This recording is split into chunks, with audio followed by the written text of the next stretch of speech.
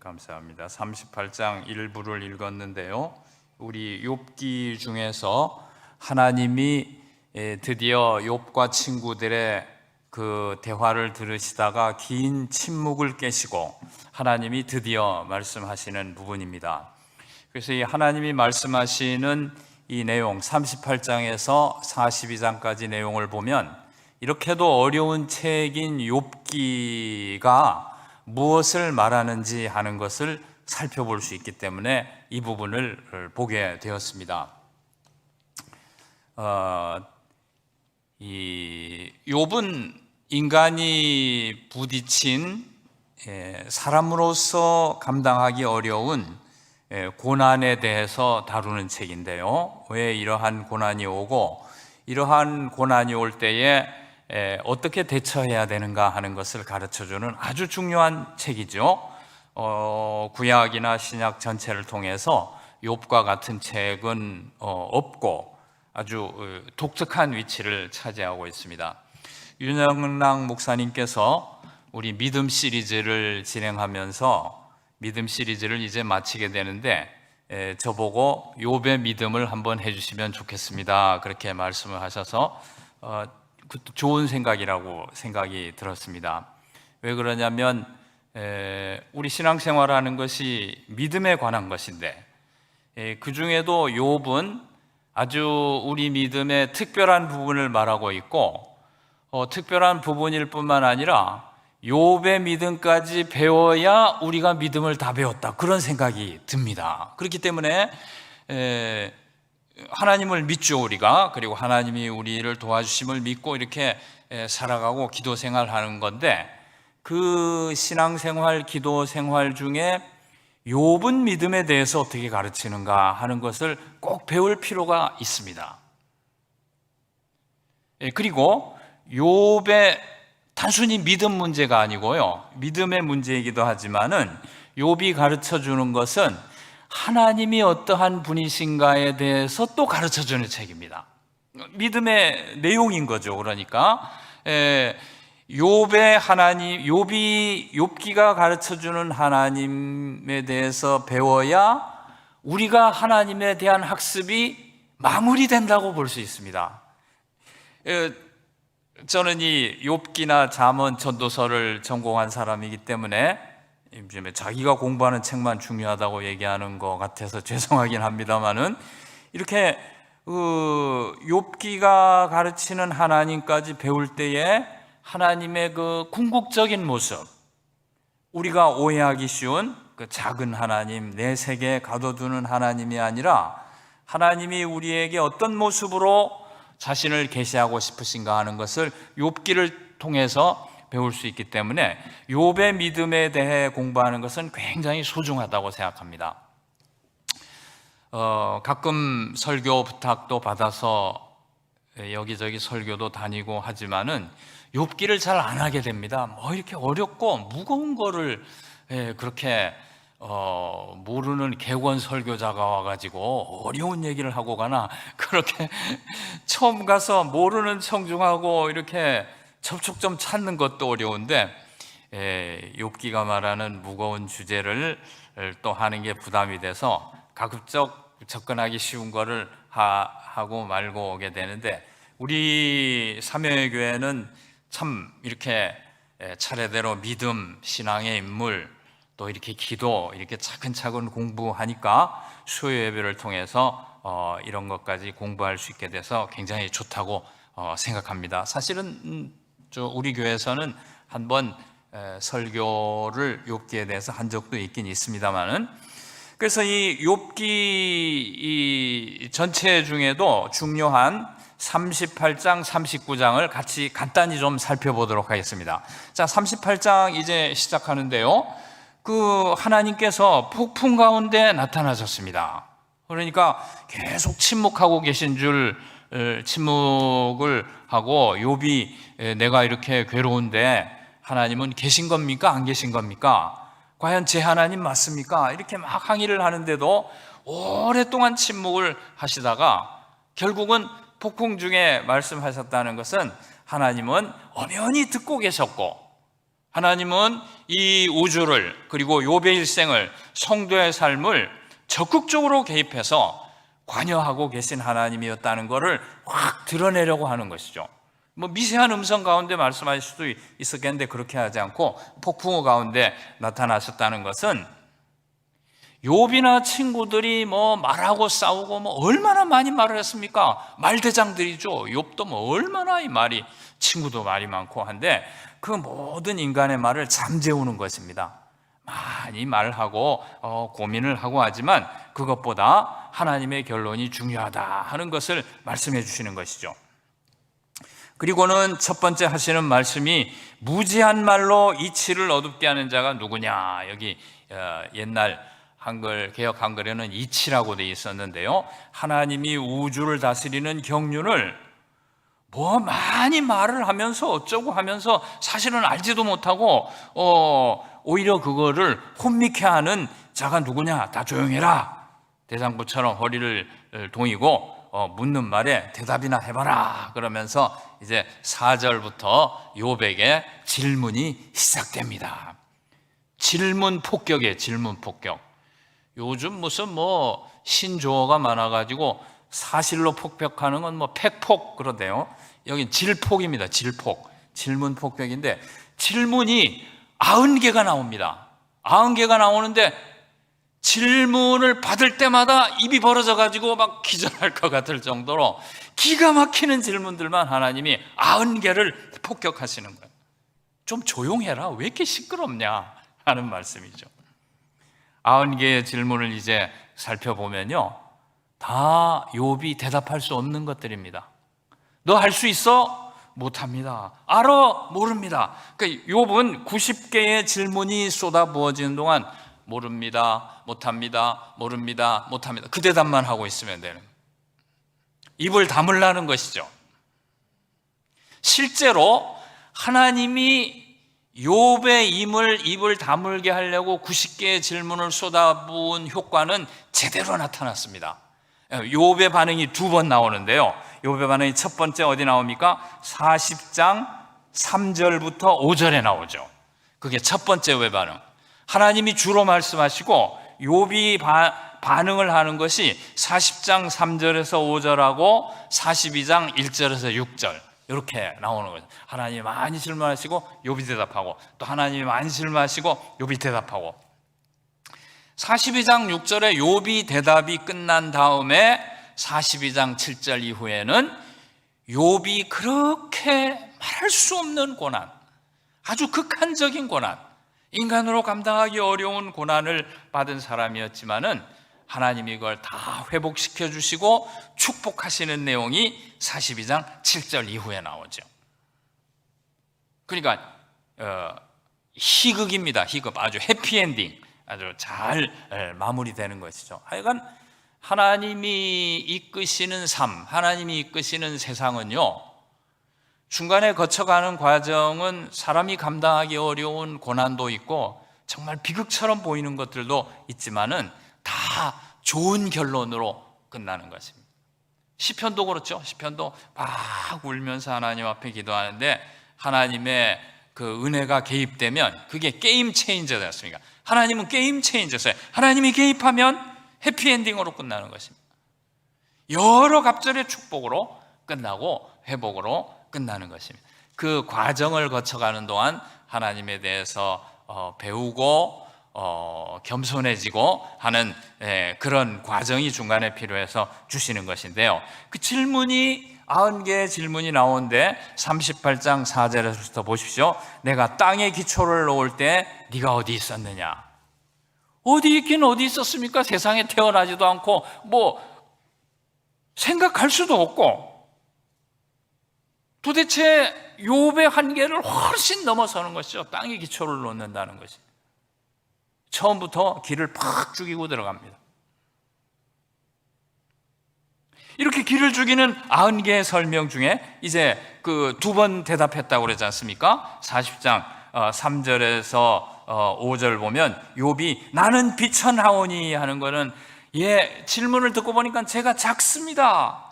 그리고 제가 무슨 대답을 하겠습니까? 손으로 내 입을 가릴 뿐입니다. 한 번, 두 번, 한 번 말했지만은 다시는 더 대답하지 않겠습니까? 침묵. 하나님이 90개의 질문을 던지신 효과가 딱 나타났어요. 하나님의 계획은 뭐 실패하는 게 없습니다. 딱 목표한 거 딱 이루셨어요. 그 다음에 42장 1절에서 6절에도 이제 두 번째 하나님의 욥의 답변이 나오는데요. 3절에 보면은 3절 중간에 나는 깨닫지도 못한 일을 말하였고 알지도 못한 일을 말하였고 헤아리기 어려운 일을 말했습니다. 제가 알지 못하는 걸 많이 떠들었습니까? 침묵할게요. 5절 6절 보면 귀로 듣기만 했는데 이제 눈으로 주를 배웁니다. 정말 하나님의 궁극에 대해서 배웠습니다. 제가 물러서겠습니다. 티끌과 제 가운데 회개하겠습니다. 여기 회개는 윤리적인 회개는 아닙니다. 왜 아니죠? 윤리적인 회개가 아니라고 그러면 저 목사 뭐 회개도 잘 안 가르치고 이상한 사람인데, 아니, 회개에 대한 건 다른 성경에 많고요. 욥기가 요구하는 회개는 윤리적인 회개가 아니고 존재적인 회개입니다.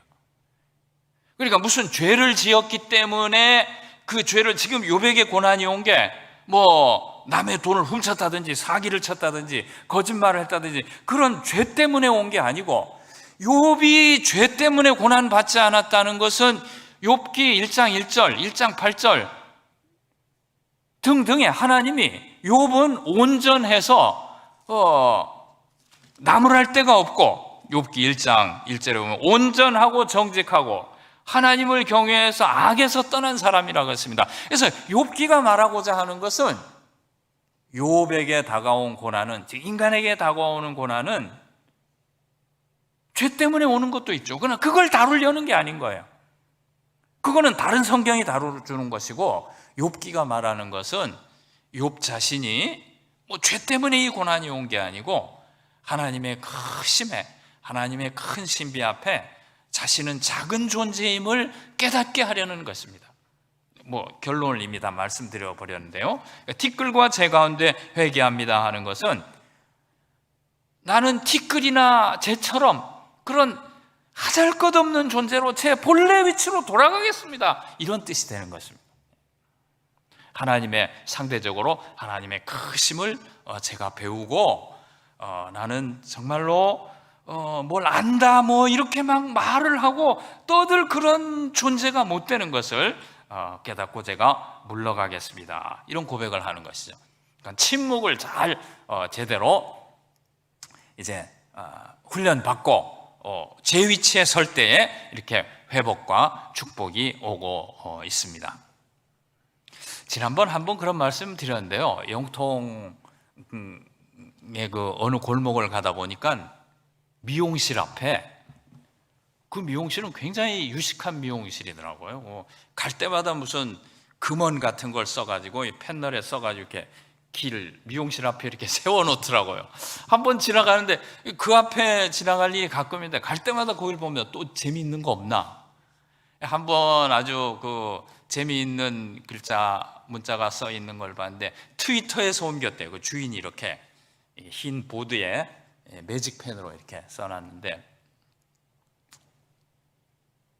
우주에서 보면 우리는 먼지라더니 먼지치고는 너무 고생이 많다, 그렇게 써 있더라고. 우주에서 보면 우리는 먼지라더니, 뭐 우주선 타고 보면 먼지도 아니잖아, 보이지도 않잖아. 우주에서 보면 우리는 먼지라더니 칸마 하고서는 먼지치고는 너무 고생이 많다, 어느 트위터에서 보고 적어놨다. 욥기를 잘 반영한 것 같아요. 이렇게 먼지치고는 우리가 고생이 너무 많죠. 욥의 고백입니다. 욥의 그 욥기 14장 1절에 보면 욥이 그런 탄식을 합니다. 여인에게서 난 사람아, 인생은 짧고 고생만 가득하구나, 그런 구절이 있습니다. 짧고 잠깐 지나가는 순간이죠, 우리가. 그러나 이 땅에서 생이 고난으로 가득하다, 그게 욥의 고백이죠. 이상하게 욥을 잘 이해한 어떤 그 트위터하는 사람이 써놓은 것 같은데요. 근데 뭐 그건 설교하고 직접 관계는 없습니다. 갑자기 그 생각이 났는데 38장, 자 이제 다시 돌아와 보면요, 본문을 보는 게 재미있어요. 내가 땅에 기초를 올 때 네가 어디 있었느냐? 내가 깨달아 알았거든 말할지니라. 도량법을 정하였는지 거기다 준승을 띄웠는지 네가 아느냐? 뭐 이렇게 새벽별이 노래하고 있는데 네가 알아? 모르는 거죠. 알았거든 말할지니라 하는 것은 이 욥기의 어법이 조롱이라는 어법입니다. 너 알아? 알면 한번 말해봐. 이런 식으로 아주 재미있게, 아주 고대 히브리 문학으로 아주 재미있게 되어 있습니다. 그 다음에 8절, 바다가 그 모태에서 터져 나올 때, 바다가요 아기가 탄생하는 것처럼, 엄마 배에서 나오는 것처럼 탁 터쳐 나오는 걸로 묘사합니다. 문으로 그것을 가둔 자가 누구냐? 동해 바다에 그 속초나 강릉에 가보면 이 모래사장인데 물결이 왔다 물러가고 왔다 물러가고, 전엔 몰랐는데 굉장히 그것도 신비해요. 바다와 육지 경계를 하나님이 딱 정해놓으시니까 확 파도가 몰려올 때는 뭐 그냥 막 집까지 삼킬 것 같은데 어느 정도까지 오고는 물러가고. 그러니까 그것을 보면서 그 경계를 만든 자가 누구냐? 쭉 지나가면 12절에 내가 너희 날에 아침에게 명령하였느냐? 새벽에게 그 자리를 일러 주었느냐? 욥, 네가 아침에게 명령해가지고 해가 밝고 아침이 하루가 시작되라고 네가 했어? 새벽에게 새벽 그 해가 뜨는 자리를 내가 일러 주었어? 도대체 대답할 수가 없는 거죠. 하나님이 하셨죠. 제가 그런 거 어떻게 합니까? 이야, 도대체 제가 할 수도 없고 제 능력 밖입니다. 16절, 내가 바다의 샘에 들어갔느냐? 깊은 물 밑으로 걸어다녀 보았느냐? 뭐 얼마만 들어가면 수압 때문에 들어갈 수 없는데 다 할 수 없는 것입니다. 18절, 땅의 너비를 내가 측량할 수 있느냐? 내가 그 모든 것들을 다 알거든 말할지니. 알아? 알면 한번 말해봐. 못하지. 그렇죠? 용용 죽겠지? 뭐 이런 식으로 막 말씀하시는. 19절, 어느 것이 광명이 있는 곳으로 가는 길이냐? 아침이 되면 빛이 쭉 비치잖아. 야, 이거 어디서 빛이 있는 게 얼마나 감사한 거냐. 아침에 일어나면 우선 커튼부터 엽니다. 빛을 보고 싶으니까. 그 빛으로 가는 길이 어딘지 아느냐? 어느 것이 흑암으로 가는 곳으로 가는 길이냐? 너는 그의 지경으로 그를 데려갈 수 있느냐? 그의 집을 가는 곳을 가는 길을 알고 있느냐? 21절 보세요. 네가 아마도 알리라 하는 건 뭡니까? 네가 지금 37장까지 그렇게 떠들어대니 너 알 것 같다? 굉장히 많이 하네. 나에 대해서, 나의 우주의 운영에 대해서 너 알겠네? 이야, 유식하다. 내가 그때 태어났으리니, 너 그때 태어났잖아, 창조 때. 너의 횟수가 많음이니라. 65이라고? 와, 오래 살았네. 다 알겠네. 어디 한번 말해봐. 이 욥은 꽤 나이가 많은 사람 같습니다. 70이 되었는지 80이 되었는지 나이가 많으니까 말해봐. 다 조롱하는 것이죠. 70, 80이 하나님 앞에 무슨 숫자가 되겠습니까? 조롱하는 투로 말합니다. 내가 눈곡간에 들어갔었느냐? 우박창고를 보았느냐? 눈이 막 내리면 너무 신기하죠. 하늘에서 너무 신기해가지고 저는 우리 큰애 태어났을 때에 좀 이렇게 뭘 사물을 알아보게 될 때 그 아이를 데리고 창가에 가서 눈을 보여주는 게 그렇게 참 신기하고 재미있더라고요. 야, 이제 세상에 태어나서 처음으로 눈 곡간으로 신기하잖아요. 눈 곡간으로 우박 창고를 보았느냐? 우박이 하늘에서 떨어집니다. 야, 이게 다 어떻게 나오는 것이냐? 24절, 광명이 어느 길로 비치는 것이, 동풍이 어느 길로 땅에 흩어지는지. 25절, 요즘 장마가, 기록적인 장마고 홍수가 나는데요, 홍수를 위하여 누가 물길을 텄느냐? 우레와 번갯길을 누가 내어줬느냐? 누가 사람 없는 땅에 비를 내리느냐? 또 28절, 비에게 아버지가 있느냐? 이슬방울은 누가 낳았느냐? 너 그렇게 많이 하니까 네가 비의 아버지지? 네가 이슬방울이란 딸을 낳았지? 와, 놀리시는 거야 하나님께서. 알 수 있어. 얼음은 누구의 태에서 났느냐? 네 와이프가 얼음 낳았지? 공중의 서리는 누가 낳았느냐? 가을이 되면 서리가 내는데 상강이라는 계절도 있습니다만은 그거 네 자식이지? 다 대답할 수 없는 것입니다. 38장은 대자연의 신비입니다. 39장은 동물의 세계의 신비이고, 그 대자연의 신비가 31절에 가면 진짜로 입을 벌리고 입을 다물 수가 없어요. 네가 묘성을 메어 묶을 수 있느냐는 건 뭐냐면요, 여름 하늘에 황소짜리라는, 포드 자동차에서 나오는 거 토러스라는 자동차가 있는데, 토러스가 그 황소짜리입니다. 황소짜리 별들은 산계성단이라고 그래서 별이 확 흩어져 있습니다. 야, 저 흩어져 있는 별을 네가 묶을 수 있어? 하나님 이제 그만하세요. 알겠습니다. 할 수밖에 없을 정도로. 삼성의 띠를 풀 수 있느냐? 삼성은 여름 하늘에 보이는 오리온자 별, 이렇게 하나, 둘, 셋, 넷, 다섯, 여섯 개 있고요. 세 별이 가운데 있는 거. 고등학교 지학 시간에 배웁니다. 세 별. 그래서 고대 로마나 그리스 시대에는 이게 사냥꾼 자리라고 그랬습니다. 사냥꾼이 사냥하는데 그 점 세 개가 사냥꾼의 허리띠처럼 생겼어요. 허리띠처럼. 하나님이 그런 모양을 상상하셨는지 삼성의 띠를 풀 수 있겠느냐? 몇 천만 년, 말하자면 그 광년으로도 엄청나게 떨어진 그 별자리를 네가 풀 수 있느냐? 띠를 풀 수 있느냐? 별을 묶을 수 있어? 풀 수 있어? 하나님만 하시는 건데. 북두칠성, 큰 곰자리라고 그러죠. 북두칠성을 다른 별로 이끌어 갈 수 있느냐? 북두칠성이 하룻밤에 이 360도 회전하잖아요. 하나님이 하시는 건데 너 그거 할 수 있어? 아이고, 하나님 이제 그만하세요. 하늘의 궤도, 이 별자리 돌아가는 거, 밤에 돌아가는 거 네가 할 수 있느냐? 31절, 33절 가면 정말로 인간의 한계를 알게 합니다. 내가 목소리를 구름에까지 이렇게 또 쭉 내려가죠. 그 다음에 38장 39절에서 39장은 동물의 신비입니다. 동물의 신비. 39장에 가보면 산염소가 새끼 치는 때를 네가 아느냐? 어떻게 합니까? 산염소. 암사슴이 새끼 낳는 것을 네가 본 적이 있느냐? 그리고 여기 39장은 집에서 기르는 가축이 아니고 다 야생 동물입니다.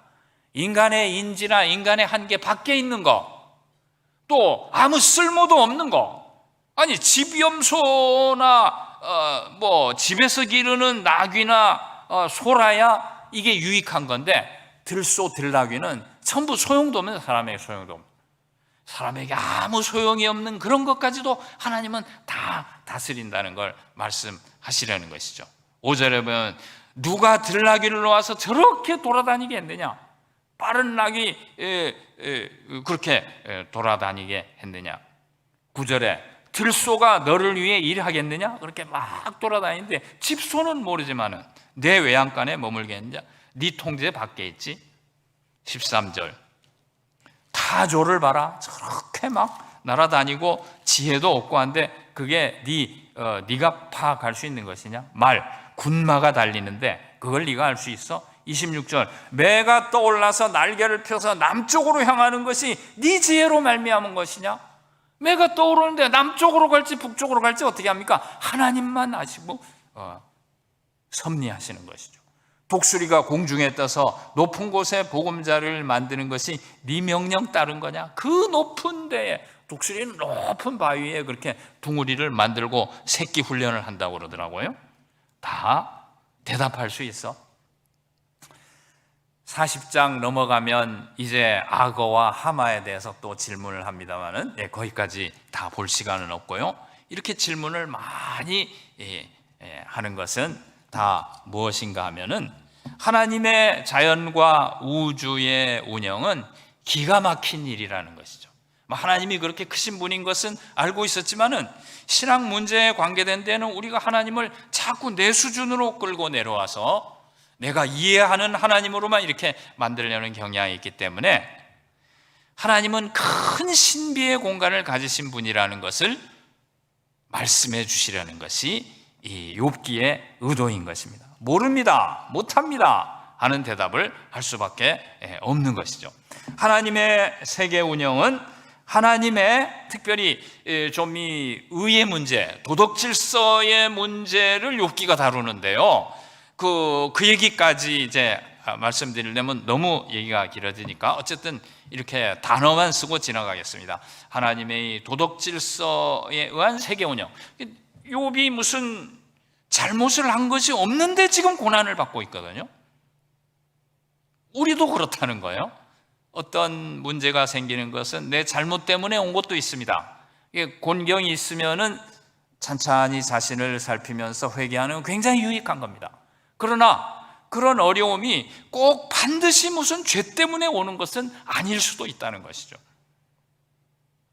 그렇다고 할 것 같으면 욥은 아무 잘못도 없는 사람인데, 욥이 죄인이 아니라는 것이 아니고 이런 고난을 받을 그런 죄를 지은 것은 아닌데 이렇게 곤경이 있는 것을 볼 때 욥은 당연히 묻게 됩니다. 하나님, 도대체 그 의로운 질서라는 것이 존재하는 것입니까?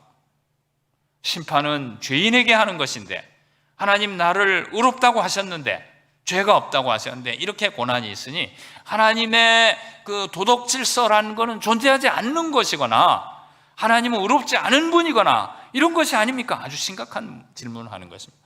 고난과 관련된 이 도덕 질서에 관한 세계 운영은 우리의 이해를 넘어서는 신비라는 것입니다.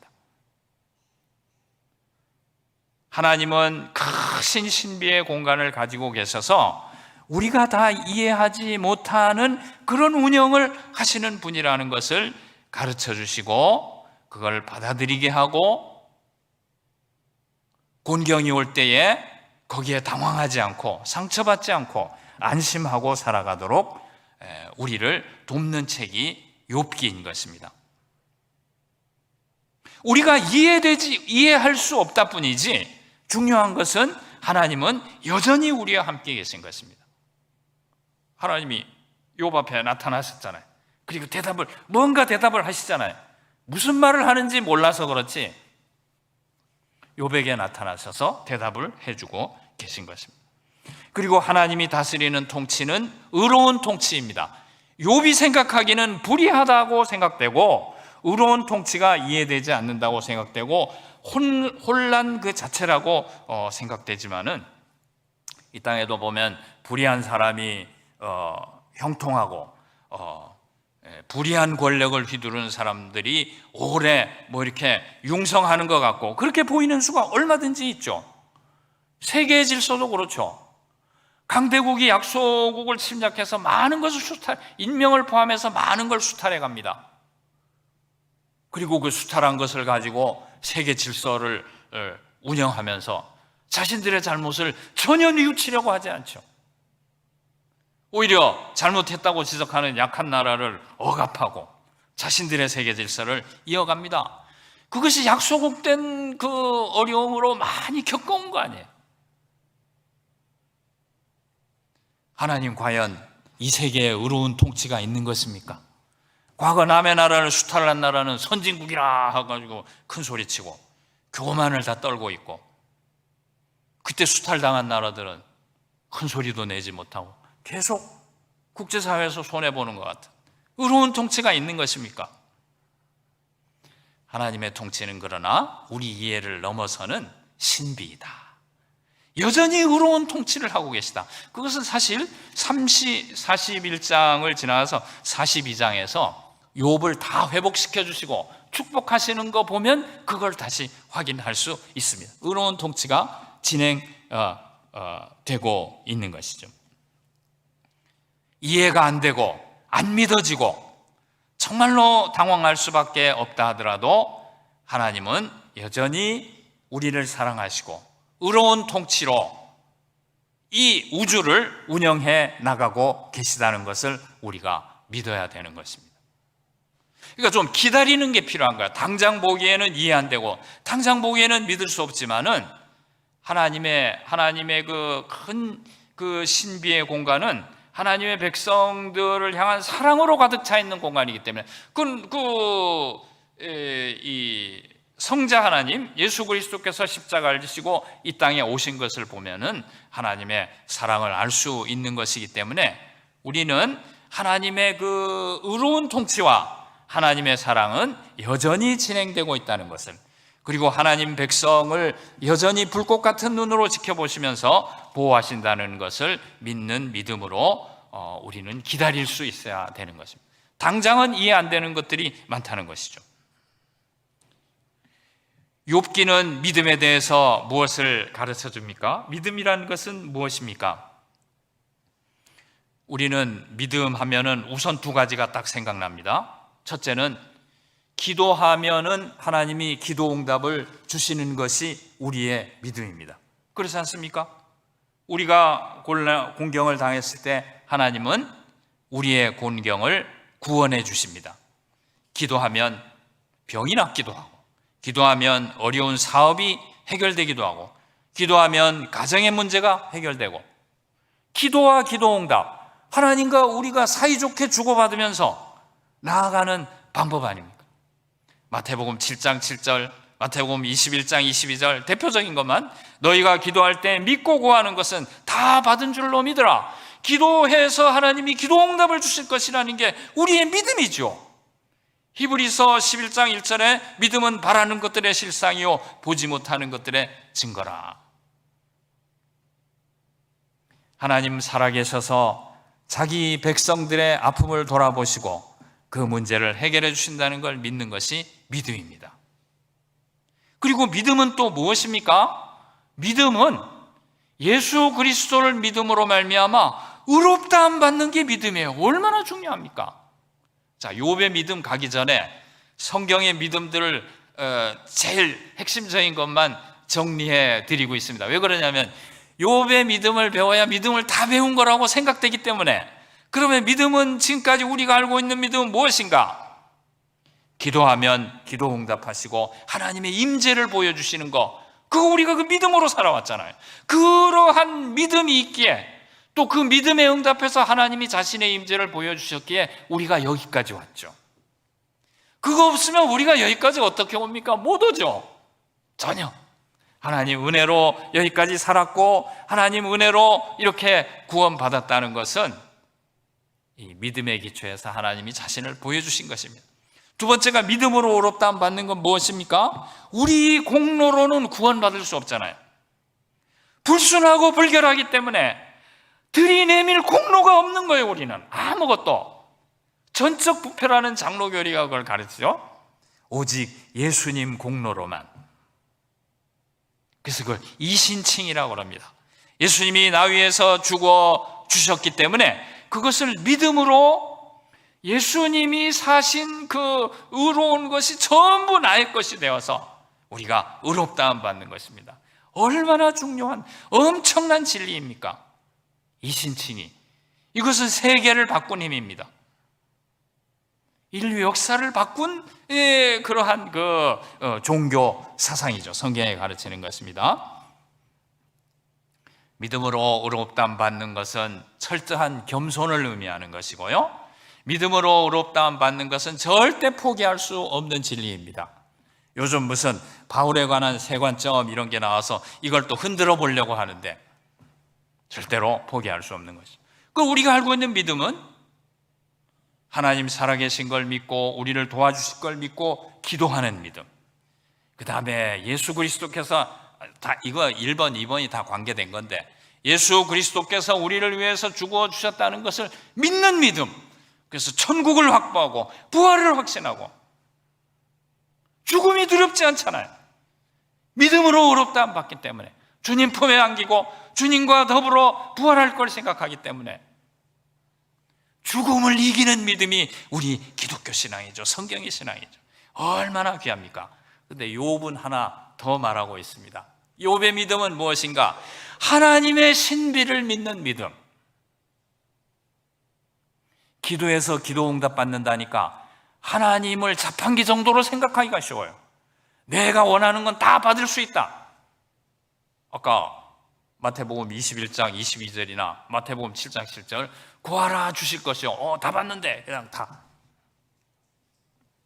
우리 믿음은 하나님의 자유, 하나님의 주권이라는 것 갖고 같이 가는데 그것이 욥이 가르치는 믿음인 것입니다. 기도하면 응답받고 기도하면 다 주시고 문제를 해결해 주시지만은 또 그래서 우리가 믿음을 지탱하고 주님이 살아계신 걸 확인하고 여기까지 왔습니다만은 자, 어떤 고난이 닥친다고, 어려움이 온다고 하죠. 우리가 기도하면 하나님 왜 안 들어주시겠습니까? 피할 길도 내시고 문제도 해결해 주시는데 또 어떤 면에서는 고난이 우리 기대를 넘어서 오래 지속된다고 말이죠. 지속될 때에 그러한 문제에 대해서 우리는 어떻게 대처해야 되느냐? 하나님은 그 문제를 해결해 주시기도 하지만은 또 어떤 경우는 그 고난을 통해서 하나님의 신비를 배워가게 하시는 면이 있구나. 여기까지 배워야 된다는 것이죠. 고난은 왜 옵니까? 죄 때문에 올 수도 있습니다. 그러니까 우리는 늘 어려운 문제가 있을 그 고난이 다가오면 회개하는 그러한 그 습관은 아주 좋은 습관이라고 생각합니다. 그러나 꼭 무슨 죄 때문에 왔다 이렇게 연결시키는 위험은 늘 피해야 되는 거예요. 어떤 문제가 오면은 옳거니 회개할 기회다. 내 마음의 상태, 행동하는 거, 이런 습관, 이런 거를 회개하는 기회로 삼고 유익을 늘 삼아야 되지만, 그러나 내가 지금 사업이 잘 안 풀리는 거, 11조 감사헌금을 요즘 덜해서 그런가 보다. 라든지, 아이들이 그 수능 성적이 안 나오는 거를 새벽 기도를 좀 빼먹어서 그런가 보다. 이렇게 꼭 1대1로 연결시켜서는 안 된다는 것이죠. 그렇게 1대1로 연결시켜가지고 그걸 이제 보응의 원리라고 그러는데요. 무슨 죄 때문에 무슨 일이 생기고, 이 친구들이 많이 말한 거다. 회개하는 것은 유익하지만은 그렇게 죄와 이런 고난을 1대1로 연결시키는 과도한 그런 태도는 주의해야 된다. 고난은 무엇입니까? 죄 때문에 올 수도 있지만 그 다음에 연단의 이유로 올 수도 있죠. 겸손하고 간절하게 만들기 위해서, 또 훈련을 위해서 연단은 필요합니다. 고난이 있기 때문에 훈련을 하게 되죠. 그런데 세 번째로 고난은 이유를 모르는 신비인 경우도 있다는 것입니다. 아무 설명이 안 되는, 그것은 하나님의 크심을 배우는 그런 기회인 것입니다. 그래서 욥기는, 로이죽이라는 학자는 욥기의 메시지는 신비와 더불어 함께 살아라, 이런 뜻이라고 이제 해설했는데 맞는 말이 되는 것이죠. 퇴싱이라는 사람은 하나님의 자유에 대한 너그러운 사랑과 존경심을 가지라는 뜻이다. 하나님은 우리가 기도하면, 성경 어떤 곳에는요, 시편이라든지 지금 마태복음 이런 데는 하나님이 마치 우리에게 종속되어 계신 분 같아요. 하나님은 우리 인생의 문제 해결사예요. 달라고 하면 바로 나와서 해결해 주십니다. 구원해 주시고. 그러나 거기만 매달려 있으면 신앙이 성장하지 못한다는 것이죠. 하나님은 분명히 해결사이시고 우리 문제를 해결해 주시는 분이지만은 이거는 순복음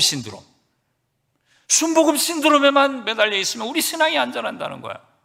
한편 하나님은 우리로부터, 우리 문제로부터 자유한 분, 크신 분, 신비를 가지신 분, 그거를 욥기가 가르쳐줘가지고 우리 신앙이 이렇게 어디 매인다든지 성장하지 못한다는 것을 풀어주려고 하시는 것입니다.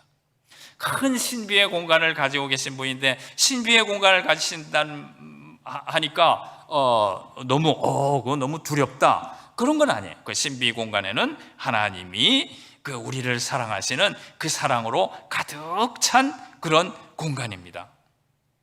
하나님의 자유에 대한 기도 응답을 해주실 때는 하나님이 우리에게 종속되신 것 같아요. 또 종속된 것처럼 시편의 기도들은 그렇게 말합니다. 기도하면 하나님이 끌려 나오는 자판기 하나요. 자판기처럼 보일 정도로. 그런데 한편 하나님은 자유를 가지신 분인데 그 자유에 대해서 큰 마음으로 free love and respect, 큰 마음으로 사랑하고 존경하는 마음이 있어야 된다. 하나님의 자유를 받아들이는 이런 넓은 마음. 그렇다고 하면 우리가 만나는 부조리한 삶의 현실이라든지 고난이라든지 하는 것은 하나님의 크심을 배우는 학교가 되는 것입니다. 얼마나 중요한지 몰라요. 하나님의 크심을 배우는 학교, 하나님의 크심을 배워야, 하나님의 사랑을 배워야 우리도 마음이 넓어지고. 모르겠습니다. 우리 그리스도인들이 순복음식으로 그냥 자판기 하나님 구하서 받고 은혜 받고 문제 해결 이렇게만 해서 그런지 포용성이라든지 넓은 마음을 갖는 것은 그동안 좀 약하지 않았나. 하나님의 자유에 대한 너그러운 자세. 우리 박대영 목사님 오셨을 때 한 가지 아주 중요한 거 배운 것은, 브레넌 매닝이라는 목사님, 사실은 저 성공의 신분 줄 압니다만은 모든 것이 은혜다라는 책에서 그렇게 말씀했다고 그러죠. 제가 책을 사봤습니다. 책 끝말머리에 그런 말이 있어요. 이해할 수 있는 신에게는 가까이 가지 말라. 하나님 아버지의 사랑은 이해할 수 없다. 다시 한번 말한다. 하나님 아버지의 사랑은 이해할 수 없다. 이해할 수 없는 그런 신비로운 면을 가지신 하나님을 우리가 받아들일 수 있어야 된다는 것이 욥기가 가르치는 우리 신자의 믿음인 것입니다. 제가 미국의 어떤 굉장히 제가 존경하는 목사님 한 분 계신데요, 그런 말씀하시는 걸 들었습니다. 신자들이 자기에게 찾아와서 왜 나에게 이런 일이 생깁니까? 왜 그렇습니까? 이런 문제, 그런 아주 큰 고난을 당했을 때 묻는 수가 많다는 거예요. 그런데 사실은 목사인 자신도 전혀 답을 모르겠다는 거예요. 나도 모르겠다. I don't know. I just don't know. 모르겠다고 그렇게 대답해요. 그런데 이 모른다는 것이 믿음의 내용인 것입니다. 다 아는 게 아니에요. 물론 기도해서 응답받고 이해될 수 있는 부분도 있지만 모른다는 것이 믿음의 주요 내용이 된다는 것을 욥기가 가르칩니다. 사실은 욥기 1장이 그걸 말하고 있습니다. 욥이 잘 살고 있는데 1장에서 5절 이렇게 나가고 있는데 갑자기 1장 6절이 되면 천상회의가 나옵니다. 천상회의. 커튼 뒤에 무슨 일이 있었던 거예요. 전혀 알 수 없는 거예요. 우리는 알지만 욥은 몰랐던 거예요. 당시자는.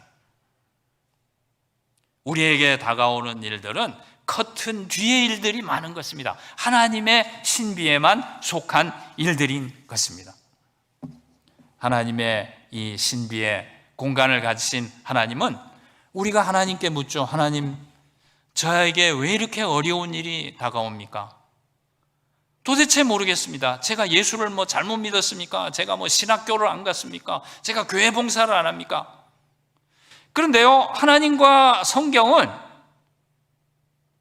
왜 이런 일이 다가옵니까? 하는 거에 대해서는 전혀 대답할 생각이 없는 것 같아요. 다만 어떻게 살아가야 되느냐, why는 대답하지 않고 how만 대답하고 있는 것이 성경이라고 말할 수 있습니다. 모든 고난은 하나님의 신비를 배워가는 과정이라는 믿음으로 살아가라. 하나님의 궁극적인 면에 대해서 배움으로 살아가라. 하나님이 공경을 만날 때 왜 우리를 도와주시지 않겠습니까? 도와주시죠.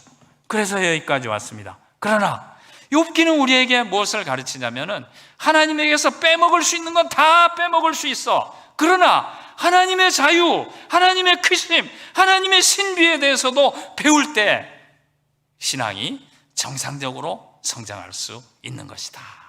그렇게 말씀하고 계신 거죠.